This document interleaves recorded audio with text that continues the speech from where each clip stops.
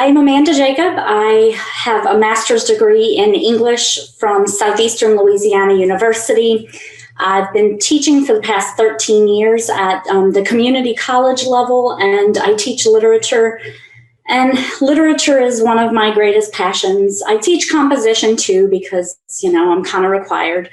And I like to write essays, but mainly I just like talking about my favorite writers. And as Stacy pointed out, I am pretty much a horror nut. If it's written and it's a horror, psychological thriller, I'm there for it.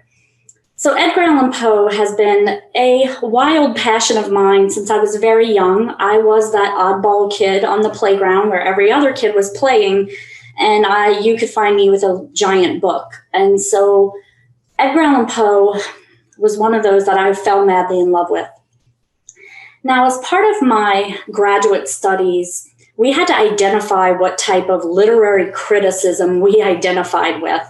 And it was a bunch of fancy terms, and they taught us all of this criticism, feminist criticism, and all sorts of things. And the one that stuck with me was called New Historicism. And the whole concept of New Historicism critics is the idea that they do not believe in divorcing literature from its creator or its creation. There was this huge push in the 1980s to do something called reader response criticism, where you sort of ignored the birth of the literature and you focused only on that piece of literature. You never studied the author. That never sat well with me because I always thought, I want to know how the author got there. I want to know what was in their head and how they got there. And what sticks out to me about Edgar Allan Poe and why he fits so well into Tales and Tales, both spellings of it, is he was an animal lover in an unusual sort of way. We'll talk about that. But the other thing about Poe's Tales, his Tales, is Edgar Allan Poe was sort of out of his realm. He was doing something so incredibly different from his counterparts during his life that people didn't even know what to do with him. Critics were sort of like, where'd this guy come from and how do we address him? How do we deal with his writings? Because he really was avant-garde and he was doing something brand new. So I want to talk first a little bit about Poe himself, because as a New Historicism critic, I believe you have to understand an author and their time period to really kind of understand their literature. So one of the other reasons I love Edgar Allan Poe is I love a good salacious story. I like a story full of weird and unusual.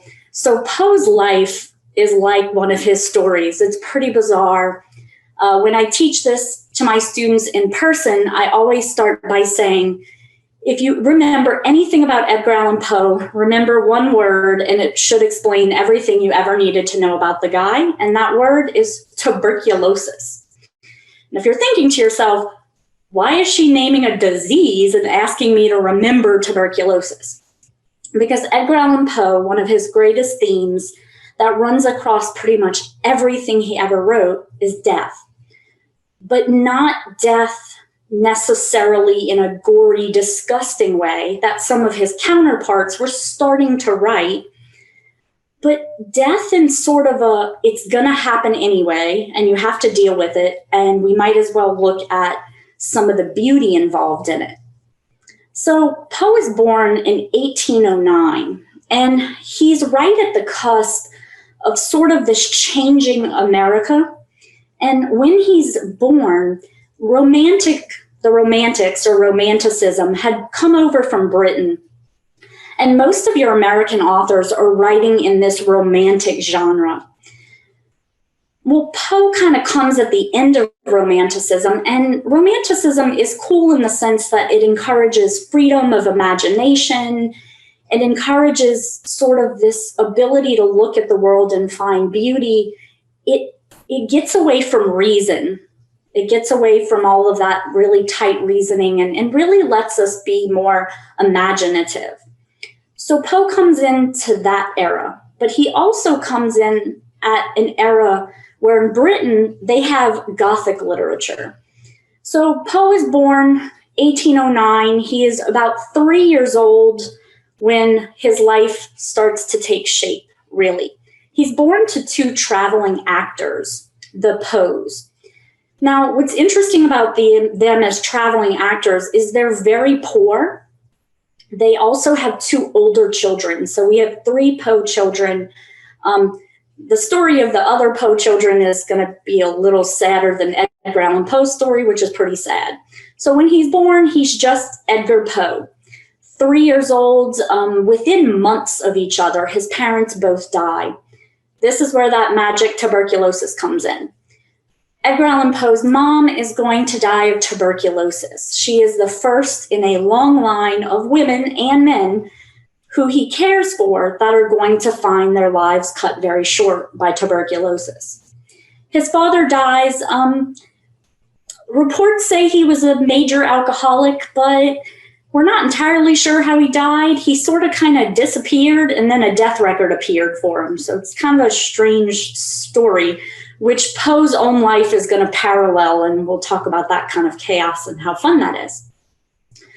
So what happens is, because his parents are traveling actors, you can imagine they don't have a lot of money to leave to their children when they die. So we have three Poe children, and people sort of adopt them. His two older siblings are going to actually wind up with family. But he's the child. He's 3. He's the youngest. And the Allan family, John Allan and his wife, Frances Allan, they desperately wanted children. They wanted an heir. But Frances Allan, the adoptive mother, can't have a child. So she meets the Poe family not long before the mom dies of tuberculosis. She is like, hey, let's take in this kid. It's important that you understand that Frances Allan desperately wanted this child. Desperately wanted this child. John Allan, not so much. He was kind of a jerk. He was kind of brutal. He was wealthy. He was a merchant, but he was very, very brutal. Frances Allan is going to make it until Poe's 8th or 9th birthday, right around that time, and she's going to die. What's the magic word? Tuberculosis. Yep, she's going to die of tuberculosis. Well, John Allan sees this kid, Edgar Allan Poe, because that's how he gets his middle name, Allan, from the Allan family. He sees this kid as sort of the precursor to his wife's death. He loved his wife as much as was normal during that time. Remember, this is the 1800s. Marriage is tended to tie more into property and not much love. There was a lot of property matches. So he loves her in his own way. But John Allan actually has 2 illegitimate children, and that's going to play a huge part in what's coming up. So around 1826, Edgar Allan Poe, he's young. John Allan is kind of done with him. He's annoyed with him, and he's like, you know what? You need to go away to university. So he's going to go to the University of Virginia. Problem is, John Allan, he might be wealthy, but he is a cheapskate, and he barely gives him any pocket money. He can't even really pay for his tuition. So Poe is going to develop one of many habits, and that is gambling. He's going to try to gamble to earn his money to pay for his tuition. The problem is, Poe was a terrible gambler. Rule number 1, if you can't gamble, don't. He's terrible at it. He's so bad at it that the University of Virginia kicks him out, not for not paying his tuition, but because he caused such chaos with his bad gambling debts that they were like, you need to leave. Now, he's only at University of Virginia for maybe 8 months. Based on his school records, which you can look at, he didn't attend much class. He just did a lot of gambling. But he already loved to write. And we know that he loved to write because all of his writings were all over these notebooks of John Allan. John Allan, as Poe is growing up, he makes Poe work for him and kind of run the books and the numbers for his merchant company. And all throughout those books, there's little tiny pieces of poetry just kind of interspersed in all these numbers. And some of that poetry goes back all the way to when Poe was 7 or 8 years old. So he was already writing, and people considered him to have this genius mind. They said talking to him was fascinating because his brain went where other people's brains just didn't go. So he was already writing. So he comes home from the University of Virginia. He's about 17 at this time. And before he goes to University of Virginia, he is going to marry Elmira Royster. She is very important. We'll come back to her. And the magic word is going to come back, so tuberculosis. But Elmira Royster at this time, she loved Poe, and he loved her, and they were going to get married and be happy.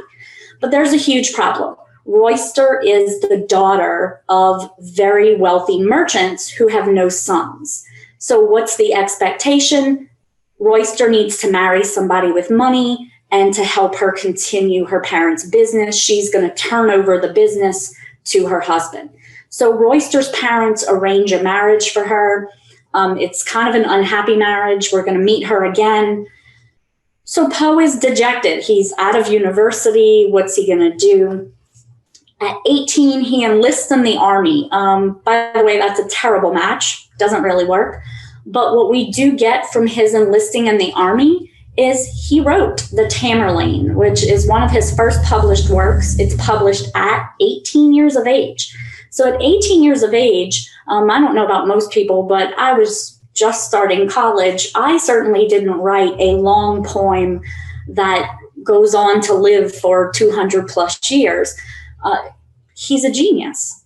And if you've never read The Tamerlane, the first time I read it, I won't lie to you, I kind of thought, where are you going with this, buddy? I'm not really happy with this.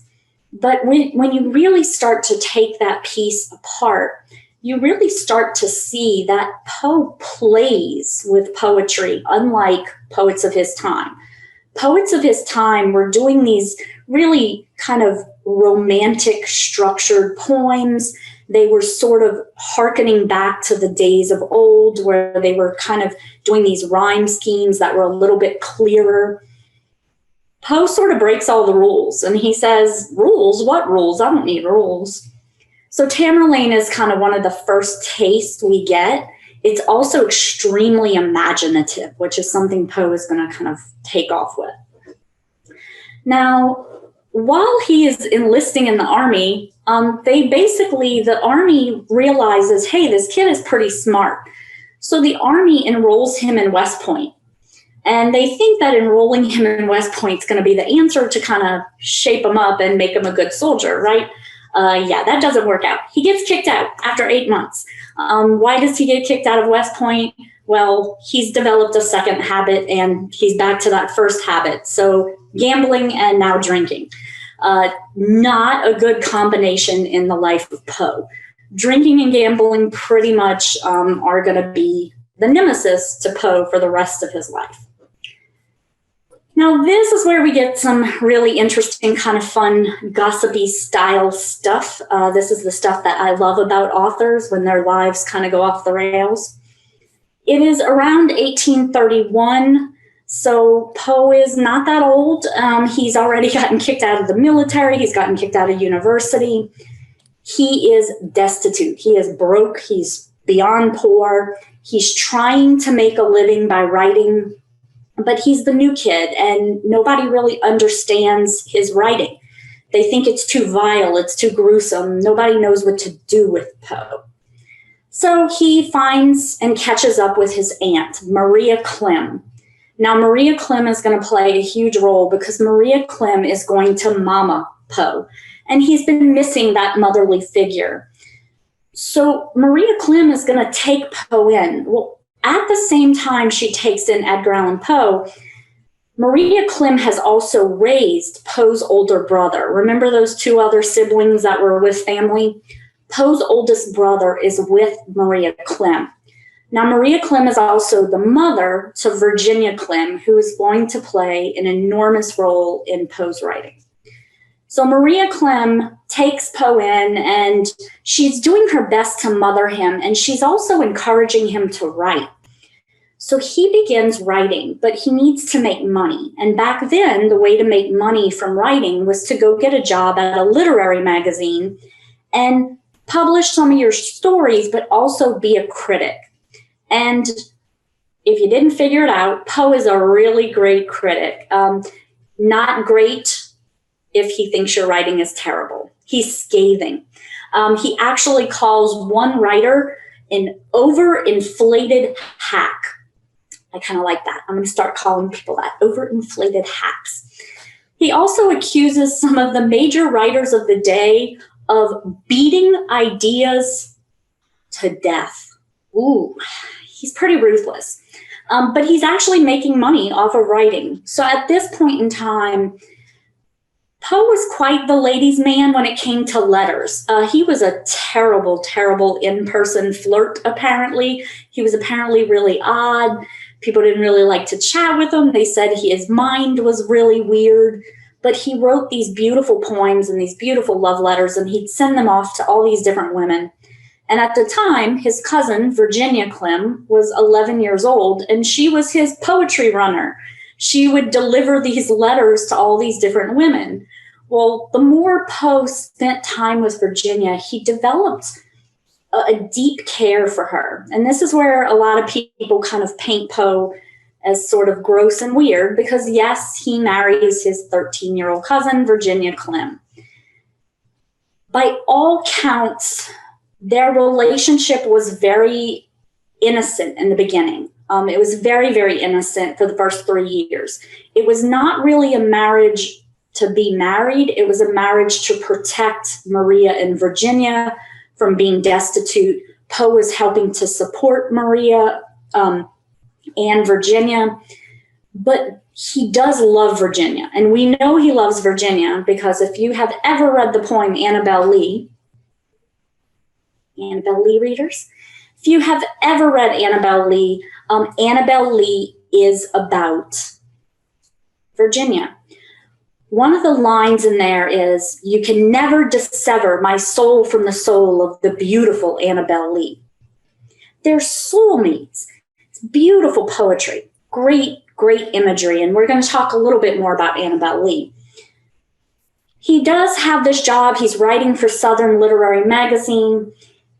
He is also trying to publish works. So he marries Virginia. She's 13. He's about 20-something, 22, 23. They get married in 1836. So if you are an author in any way, shape, or form and have made even a dime off of writing, and I'm going to pick on Joy because Joy is on the call, you should give a little thank you to Edgar Allan Poe. Because Edgar Allan Poe, in 1845, he publishes The Raven, probably one of the best known pieces of writing. We're going to talk a little bit more about The Raven.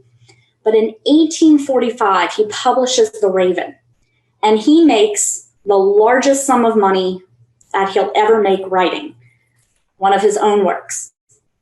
He makes $9. $9. I know. Woo. And if you're thinking to yourself, okay, $9, 1845, the math still isn't good. Even if you look at inflation, the math is still terrible. You can't survive off of $9. So Poe begins a writing campaign, an aggressive writing campaign in the 1837, 1838, all the way until his death. And all of that writing campaign is two things. One, pay authors a living wage, pay them for their good works. And number two, copyright law. So copyright law is probably not fascinating to most people, but I will tell you in my nerddom, I do something at the college level called Open Educational Resources, or OERs. Those are designed to save college students textbook money. So instead of making you pay for an $85 literature textbook, if something is in public domain, meaning it's out of copyright, I can easily provide that to you free of charge. However, that item has made money for a long period of time. So I'm not taking money out of anybody's pocket. If it's something new, we're paying for it, and that all has to do with copyright. around the time of Poe's publications, there's no true copyright law. It's sort of a free-for-all. And the reason that's a big deal is because there are going to be a group of writers who are going to basically steal Poe's work, and they are going to make money off of it after his death. He didn't know that when he was fighting for copyright law, but that's what he was fighting against from day one. He's fighting against other people being able to benefit off of his writing. So what's so important about that in the world of writing today is Poe's works brought to light how unfairly writers were treated.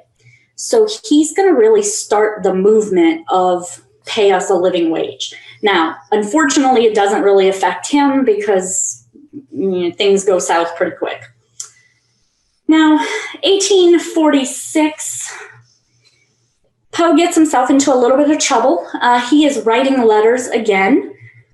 He's writing letters to a poet. She is a female poet.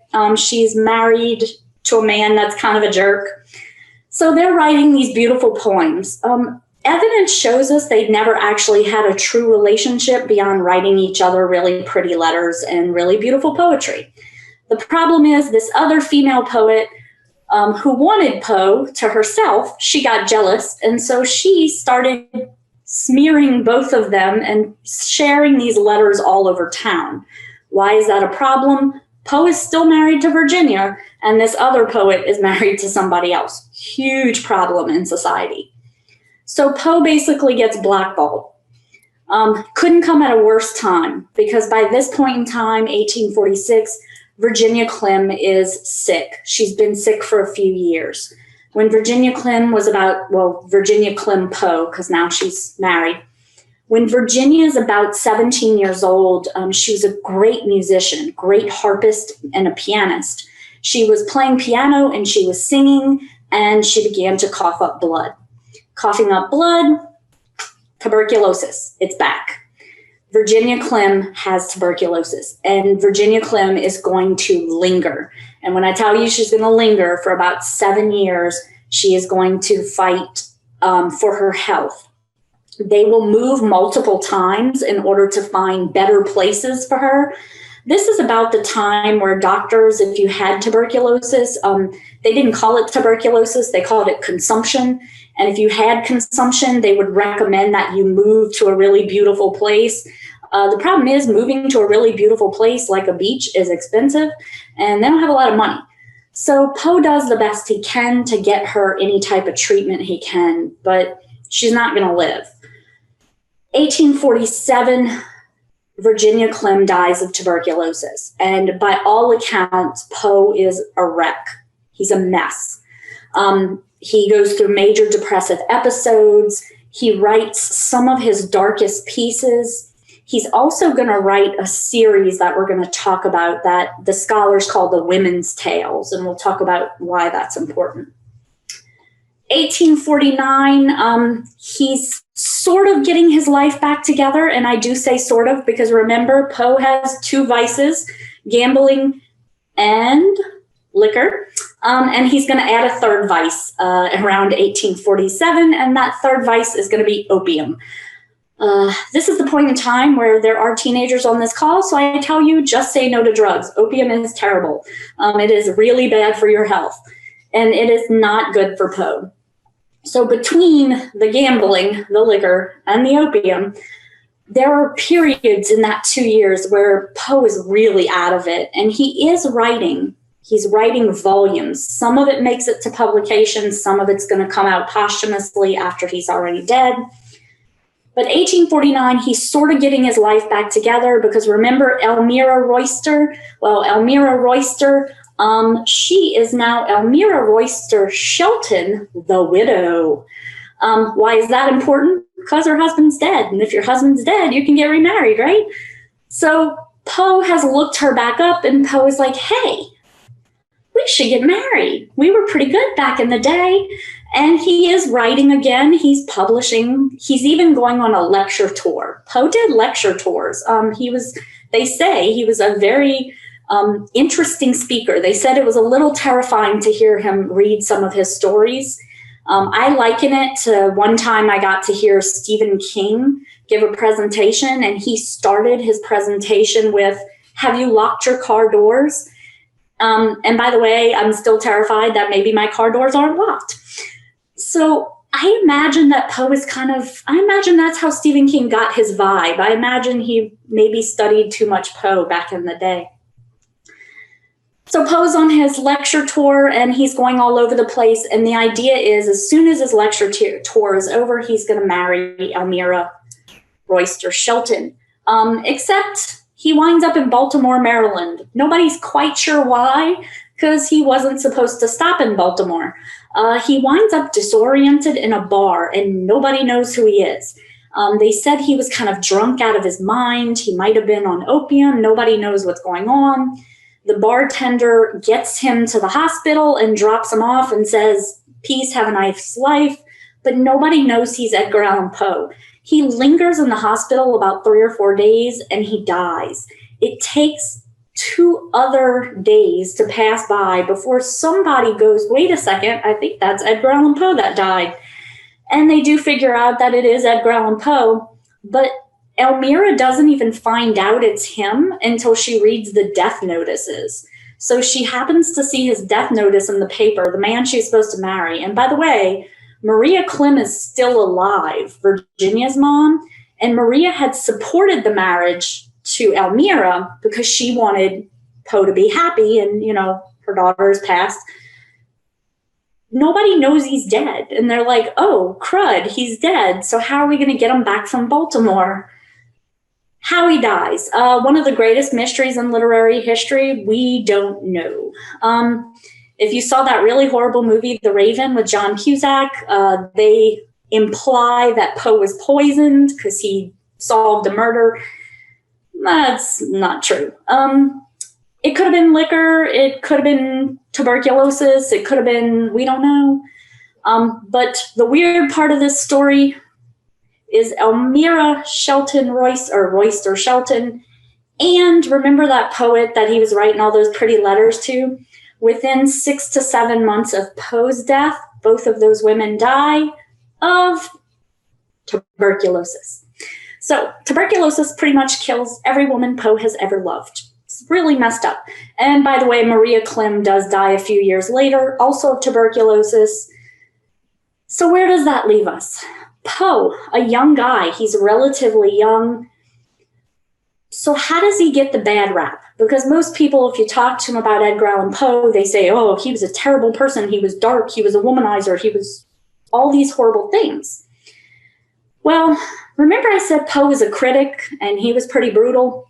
So there's this guy, Rufus Griswold, who used to publish short stories. And if you ever come across a Griswold story, God bless you and your sweet soul, because the stories are they're pretty badly written.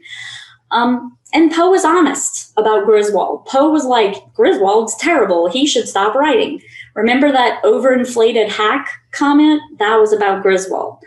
Griswold gets mad. So 1849, after Poe's death, Griswold writes an obituary, a scathing obituary calling Edgar Allan Poe a lush, a drunk, a drug addict, calls him a womanizer, calls him a cheater, pretty much any mean thing you can call a person, Griswold chucks it at him. Griswold thinks it's going to ruin Poe's name. But, as most people know, with a little good salacious gossip, sometimes that doesn't work. Sometimes you don't ruin a name, sometimes you add a little bit of air of mystery. So instead what happens is it kind of blows up in Griswold's face. So Griswold turns over a box of Poe's writings that he had confiscated, and he hands them over to another publisher, and that publisher is going to compile them in one of the first true complete works of Edgar Allan Poe. And he's going to make a whole lot of money off of it, which is really depressing because he makes more off of Poe's writing than Poe ever did in his entire lifetime. Apparently, one literary scholar got it in his mind to try and research exactly how much Poe made as an actual writer, not a critic. And the total is somewhere around $135, which is pretty doggone depressing if you ask me. So let's get into the fun stuff. And I know, I just told you a lot of backstory, and you're like, why did she say all that backstory? Well, for me, that backstory brings us to the fact that Poe is going to change a genre. And he's not going to change one genre. He is going to manipulate one genre, create a new genre, and he's going to pretty much take poetry and mold it into what he wants. He's not going to be what anybody else tells him he has to be. Also, he's going to look at death in a way that writers had been almost too scared to write about. He's also going to look at imagination in a way that we really don't see in American literature at this point. Because America is considerably younger in the world of literature. We haven't had that much time to truly develop an American literary experience. A matter of fact, you can argue this with literature scholars. We get into friendly debates about this, but you can argue who's the first American author. Some people say Ralph Waldo Emerson. Some people will tell you that it's, oh my goodness, I can see his little face. Walt Whitman, sorry. It's not a little face either. It's an old face with a lot of beard. Some will tell you it's Ralph Waldo Emerson. Some will tell you it's Walt Whitman. I even read an article recently where somebody argued that James Fenimore Cooper, the last of the Mohicans, is the first American author. I say nay. When I meet whoever wrote that article, we're going to have a conversation because I did not like that article. I have a lot to say about that one. So I'm going to start with Edgar Allan Poe's Tales, Tales. So first of all, Gothic. So I mentioned that he takes some of Romanticism, which by definition, when we think of Romanticism, we're thinking of nature, we're thinking of the freedom of imagination, we're thinking about feeling is more important than reasoning, which is kind of a fun one because Poe's going to do some weird stuff with reasoning really soon. Then he takes Gothic, which Gothic is a very British traditional style of literature. Gothic literature in Britain spans over 200 and some odd years, give or take. They're still using it. And of course, America, we took Gothic and we kind of did our own thing with it. We manipulated it, we played with it. And if you're from the South, leave it to the South. We stole Gothic literature. We slapped the word Southern in front of it, and we totally changed the genre. But Poe is before all that. So Poe is going to take what Gothic was in Britain, which Gothic in Britain ties back to what was going on in literature in France, which the Gothic movement was sort of an architecture movement. It was what buildings looked like. If you think about gargoyles, if you've ever seen pictures of Notre Dame or if you've ever visited Notre Dame Cathedral, all of those big gargoyles and the very imposing saints figures that are staring down at you, that's Gothic architecture. So they took those kind of Gothic architecture and they had these tales that dealt with horror and despair, the grotesque, any dark subjects, anything that was kind of really gruesome.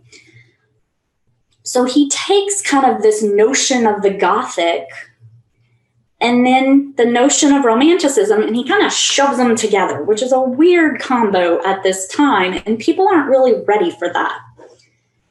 Now, I mentioned earlier, people had a hard time of where you stick Poe in the world of literature because he was taking these two things that really didn't seem to fit together, and he was smashing them together. The other thing about Poe is he's coming along right in the kind of the middle of the Transcendentalist era. And the Transcendentalist movement in American literature is probably one of the most complicated to explain. This is Ralph Waldo Emerson, Henry David Thoreau, and they basically were done with society. Pretty much they were focusing on turning yourself into your inner self and exploring who you are and kind of reaching a higher plane and a higher level of existence. So this style of literature was really complex. And then we have the anti-transcendentalists who basically come along and they're like, okay, you can have your little higher power commune thing and get in touch with your inner self, but we don't get it. So Poe, people call him an anti-transcendentalist, but that's because they didn't know where else to put him. They have no clue. Literary critics still can't agree. So he's going to publish a story called The Fall of the House of Usher. And that's where people first really start kind of taking notice of Poe in his Gothic tradition. Fall of the House of Usher is a ghost story for all intents and purposes.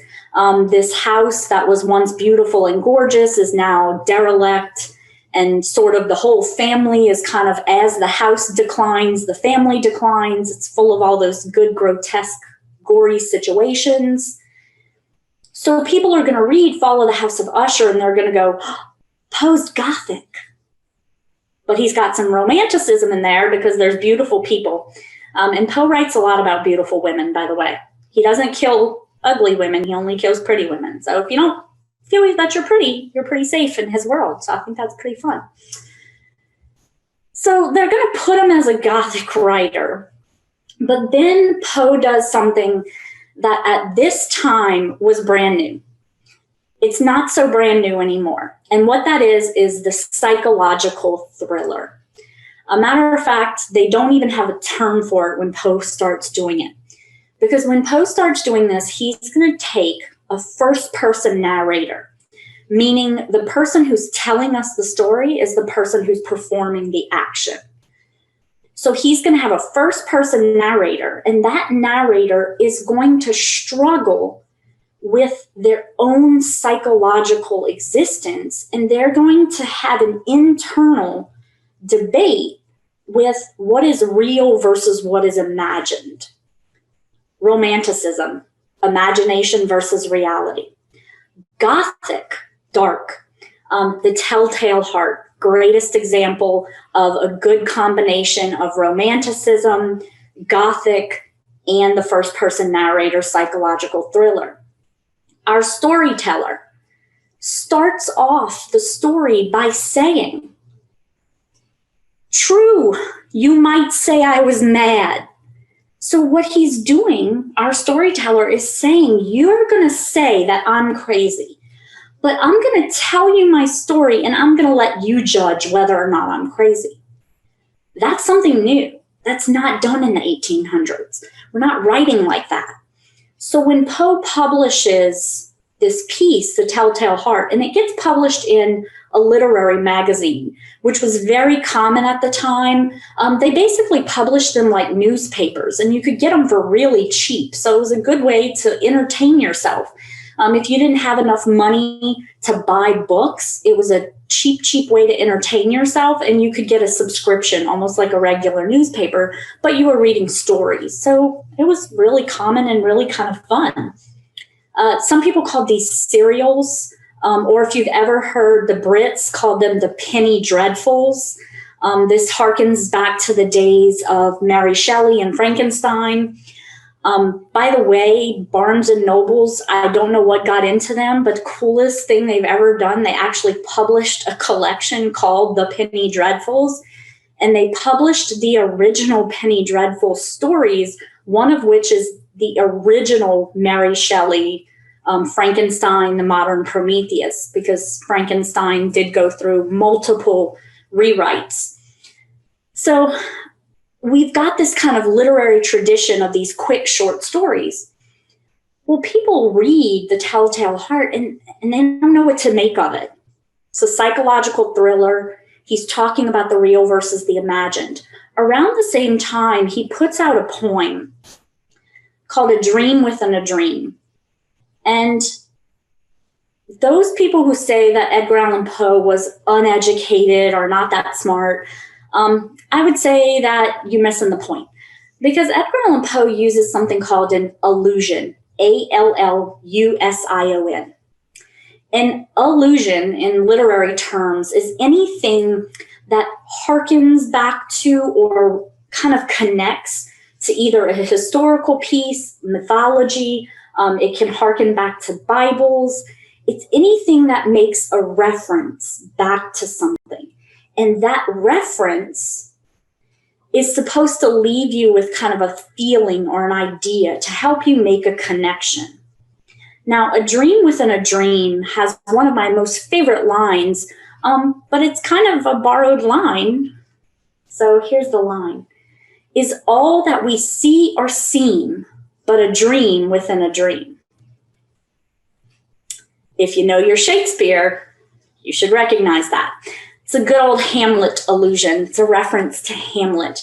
When Hamlet is experiencing his madness in Shakespeare, Hamlet questions his mortal coil, and he questions what he sees in the world. Am I really seeing reality, or is this kind of some waking dream?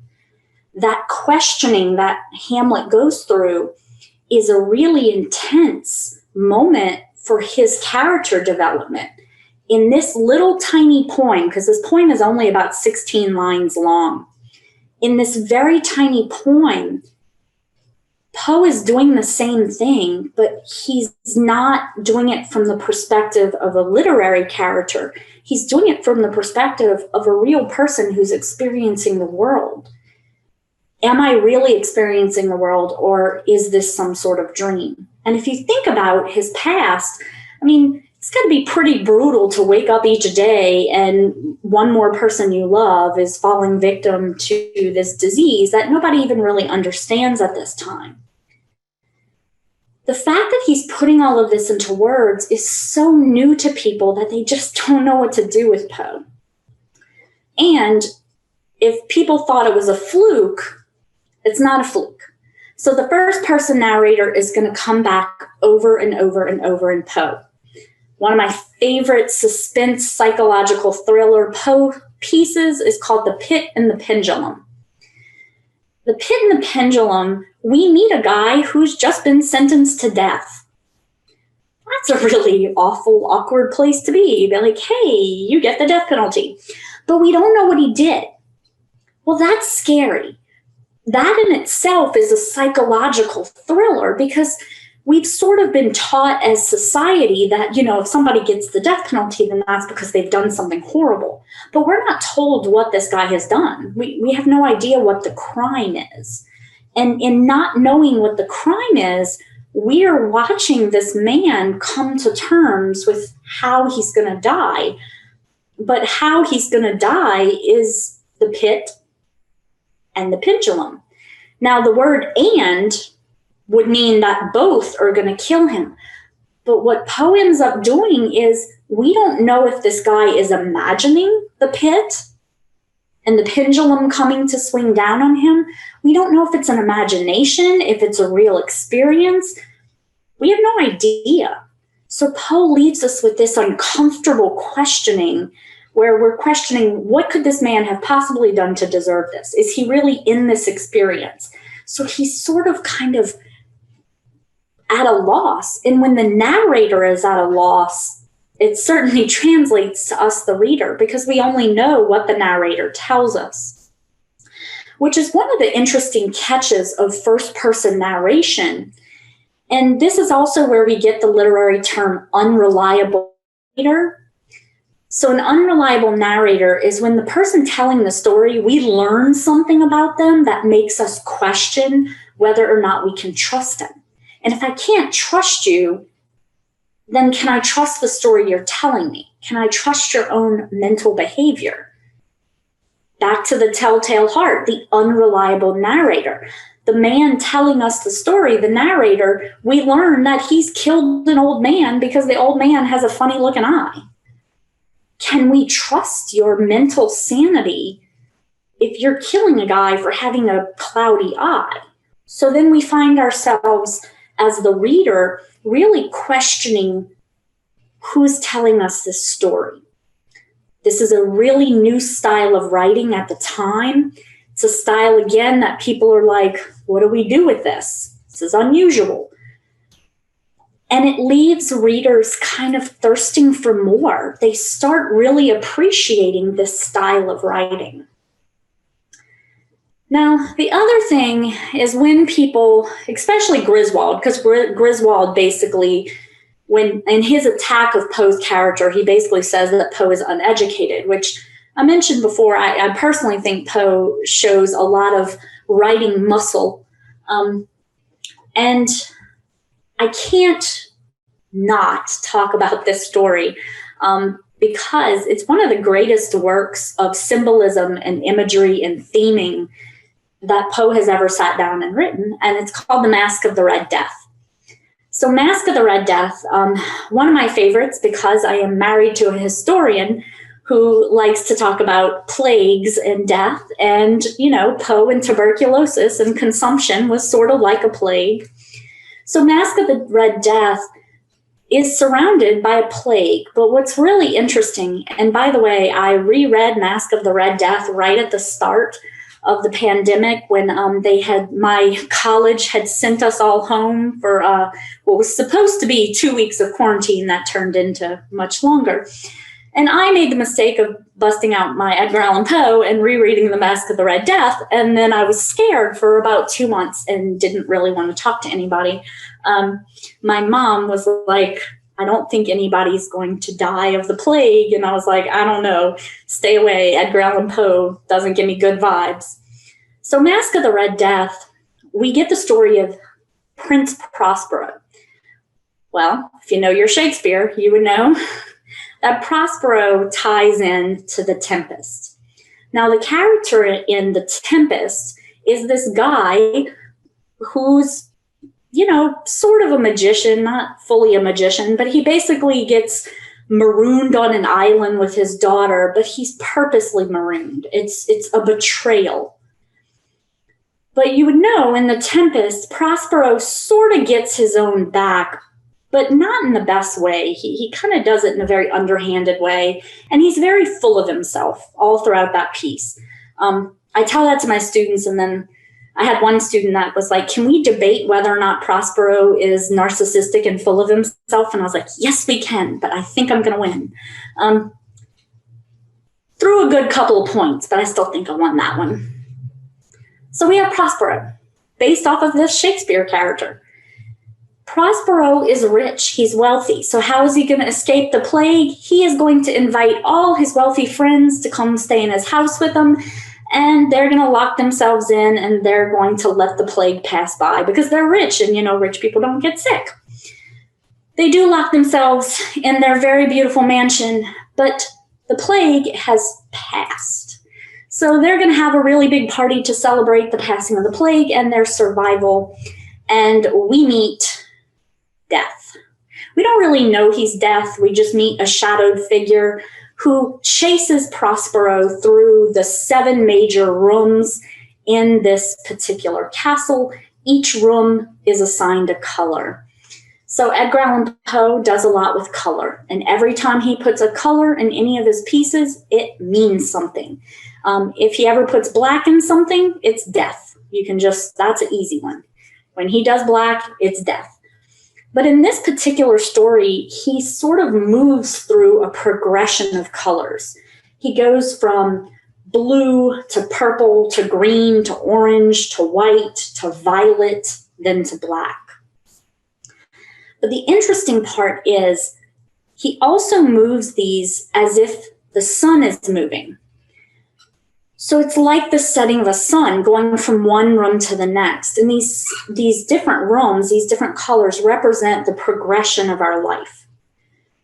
So as Death, the shadowy figure, or the plague, is chasing Prospero around the house, they do wind up in the room of death, and then the beautiful ebony clock, which, if you know anything, Ebony and Ivory, both have huge significances in life and death in a lot of mythology. So the Ebony and Ivory clock stops right as Prospero and the shadowy figure make it into the black room. So much symbolism, so many themes. But one of the things that really takes people back with the Masque of the Red Death is one of the biggest themes in this piece is that death is coming for you no matter who you are. John James Ingalls, one of my favorite He was actually a politician. I don't really know what kind of politics. I just know he was a politician. But he has one of my favorite quotes. Neither rank nor prerogative save you. We are all equal in the Republic of the Grave. That was a paraphrase. It's not word for word, but you can go look them up. We're all equal in the Republic of the Grave. That's what Poe is talking about. Poe, this poor guy, literally poor and figuratively, who's constantly touched by death, but he's kind of reminding people death touches everybody. You're not going to escape this. You're going to be dealing with death forever and ever. I absolutely have to mention the women's tales. The women's tales are 4 particular tales: Bernice, Eleonora, Ligeia, and Morella, all about the death of beautiful women. In each one, the mystical nature of the women's death, and there are issues of reincarnation. My favorite to teach is Ligeia, because basically this is a piece all about his beloved, Virginia. He's going to remarry somebody, but he still loves Virginia. And if you read the story Ligeia, what happens is the lady Ligeia dies and her husband remarries because he's sort of encouraged to remarry. And while his second wife is on her deathbed, he kind of, puts the blanket over her and he's keeping vigil. And something mystical happens and the lady Ligeia returns to life. So he gets his beautiful bride back, but it's very gory and a lot of death. So there you go. There's Edgar Allan Poe. And I realized I'm talking a lot, but I'm going to take like 3 more minutes to squeeze a couple of more things in. This is what happens in my classes when I teach literature. I have an hour and 15 minutes normally, so I think I overplanned. So I'll just squeeze some stuff in. I would be remiss if I were not going to talk about the detective tales. So if you are a Sherlock Holmes fan, you need to thank Edgar Allan Poe, because our Sir Arthur Conan Doyle read some Edgar Allan Poe and was like, I can do this detective novel stuff better. But Poe did it first. So Poe started with a detective named C. Auguste Dupin. The interesting part about Dupin is he's analytical, which is a complete antithesis of all this psychological thriller. He's into deductive reasoning. And one of my favorite really Poe-esque things is his second detective novel or detective story was called The Mysterious Death of Marie Roget. He sets it in France and he tells the story of a perfume girl, Marie Roget, who's found dead. Turns out if you really read it, though, all the details are from a real murder, the murder of Mary Rogers that took place in New York. And the death of Mary Rogers, he was fascinated by it because she was this little shop girl, very sweet and pretty, and everybody thought she was beautiful. She was killed horrifically. And Poe reads a bunch of newspapers and he's like, I'm going to write a story and solve this. He did it in 3 installments. The first 2 installments, people were so intrigued that it actually sold out the literary magazine faster than it had ever sold out before.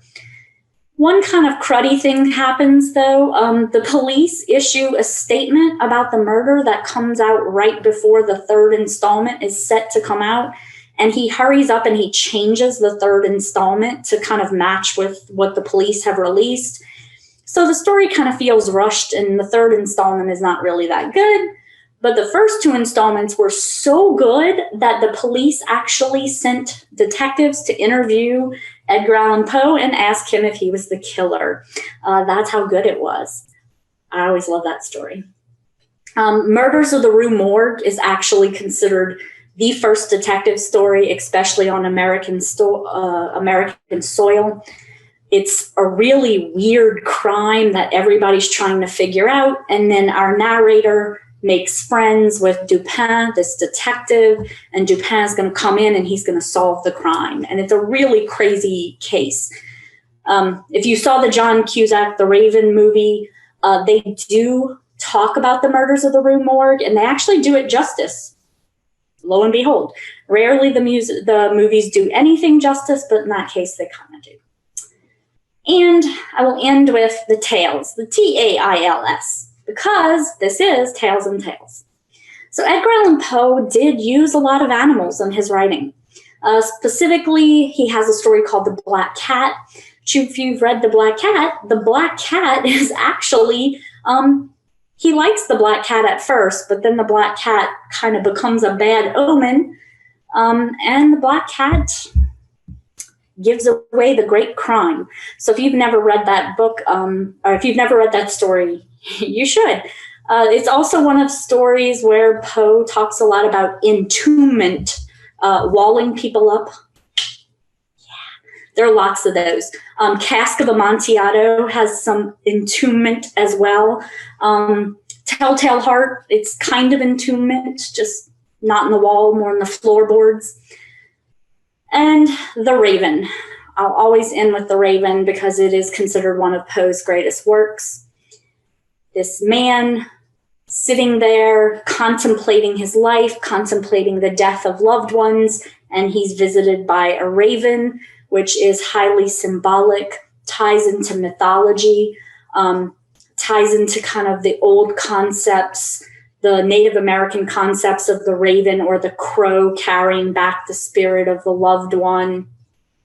And so he sort of sees this crow or raven fly in, and he has a conversation with the raven, and he tries to get it to go away, but it won't go away.